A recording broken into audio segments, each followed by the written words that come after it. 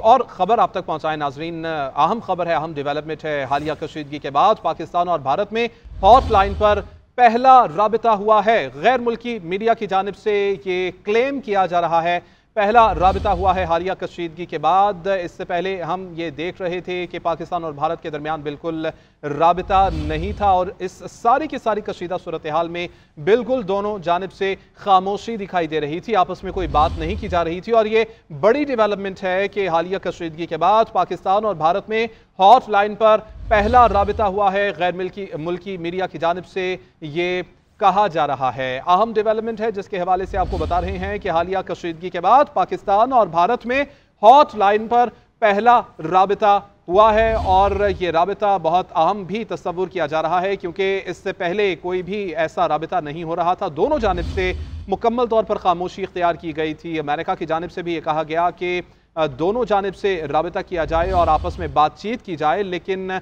बातचीत का कोई माहौल भारत की जानिब से छोड़ा नहीं गया था। एस्केलेशन को इस पॉइंट पर, इस मुकाम पर भारत की जानिब से पहुंचाया गया कि फिर उससे वापसी मुमकिन नहीं थी।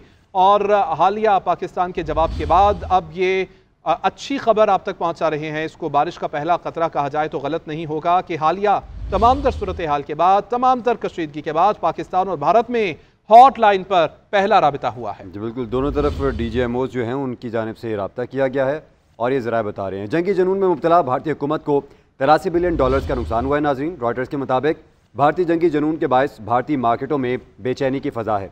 अविनाश गोरशका ने कहा है कि पाकिस्तान की जानिब से मज़ीद जवाबी इक़दाम किसी तवील और मुकम्मल जंग की सूरत इख्तियार कर सकते हैं। जुमेरात के रोज़ इंडेक्सेस में तकरीबन 0.5% कमी हुई और इस हफ्ते मजमूई तौर पर तकरीबन 1.3% की तनज़ली आई। भारतीय स्टॉक मार्केट में 13 में से 12 बड़े शोबे तनज़ली का शिकार हैं। गैर मुल्की सरमायाकारों का भारतीय स्टॉक मार्केट पर तहफ़्फ़ुज़ात का इज़हार।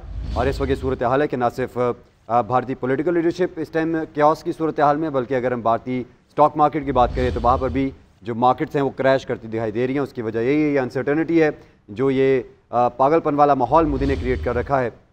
पॉलिटिकल विक्टिमाइजेशन का भी जो इंटरनली भी वो करता है और एक्सटर्नली तो कर ही रहा है। इसके अलावा जो एक गरूर और अना और जंगी जनून का जो ये सारा सिलसिला शुरू कर रखा है मोदी सरकार ने, और फिर गोदी मीडिया ने उसकी प्रोपेगेंडा मशीनरी बन के इसको मज़ीद हवा दी, जिसकी वजह से इंटरनल टेंशन्स भी एस्केलेट हुई और एक्सटर्नली पाकिस्तान के साथ भी भारत ने टेंशन को एस्केलेट किया और जियो पोलिटिकल टेंशन उस लेवल पर ले गया कि जहाँ पर पाकिस्तान को अपने डिफेंस में अपने डिफेंस का राइट यूज़ करते हुए जवाब देना पड़ा और मौसर जवाब दिया गया है। अगर हम बात करें अहदाफ की तो पाकिस्तान ने हर हदफ को एक्यूरेटली निशाना बनाया है। ना सिर्फ जो मिलिट्री टारगेट्स है उनको हदफ के तौर पर निशाना बनाया गया है, बल्कि जो ऐसे सेंटर्स थे, ट्रेनिंग सेंटर्स भारतीय इंटेलिजेंस के, जहाँ पर दहशतगर्दों को ट्रेनिंग दी जाती थी कि वो पाकिस्तान में जाकर दहशतगर्दी करें, वहाँ पर इंटेलिजेंस सेंटर को भी निशाना बनाया गया है। इसके अलावा बहुत सारी जो एयर बेसिस हैं, लॉन्च पैड्स हैं, मिसाइल लॉन्च पैड्स जो हैं उनको भी तबाह कर दिया गया है।